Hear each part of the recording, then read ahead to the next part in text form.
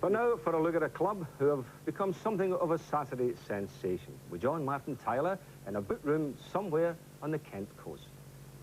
Well, this is where you'll find the sharpest shooting boots in the Football League at the moment. And no, Saint, we're not in the famous Anfield boot room.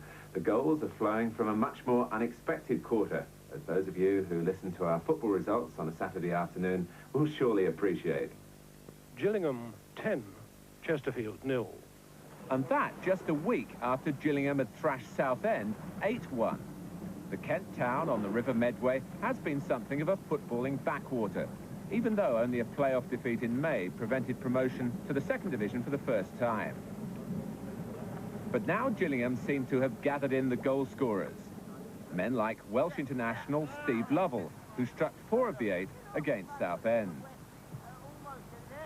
Another forward who's played for Wales is Howard Pritchard. He set the tone against Chesterfield with 2 in the first 14 minutes. Dave Shearer cut his teeth in the first division with Middlesbrough. He was one of 4 players to score twice in the 10-0 win. So there was special interest in the first viewing of the huge victory, which rewrote the Gillingham record books. A flying start, Howard Pritchard scoring in the 2nd minute.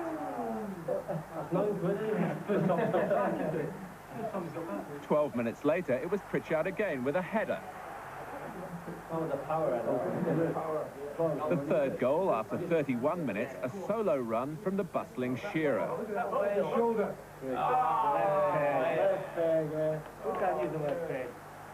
5 minutes before half-time, 4-0, a piece of opportunism from the former Charlton midfield player, George Shipley. Another midfield man, Carl Elsey, ran through for the 5th. Chesterfield goalkeeper Jim Brown by now struggling with a hamstring injury. But only the 6th was really down to Brown's problem. Stuck on his line, letting Elsey head in from close range. 6-0 after 53 minutes became 7-0 3 minutes later. Chesterfield now being cut to ribbons. Dave Smith sweeping the ball home. Soon, the previous week's tally of 8 was equalled, Shearer diving in for his 2nd goal of this remarkable game.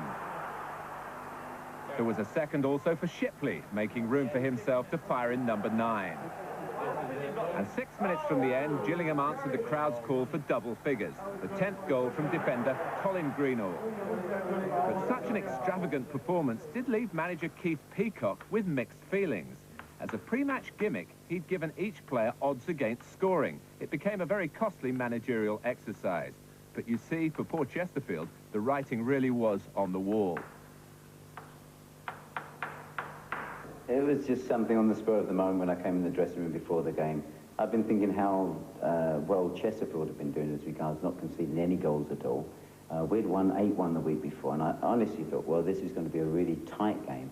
Perhaps if we sneak it 1-0 or something like that, 2 at the most, that would be the result. And so I thought I could be a bit generous and give them odds against scoring in division. I just came and I put this up on the board, and I said the maximum bets would be £1, £2 at the most. And it seemed to take their interest, and the money was out there pretty quick, and they all had a bet on themselves, or most of them did. And unfortunately, from a financial point of view, they took me absolutely to the cleaners. How much? Well, it was close to 150 quid, but I never expected a result like that. I mean, 10-0, I mean, it couldn't have worked out worse from the bookmaker's point of view. But from a managerial point of view, I was really pleased.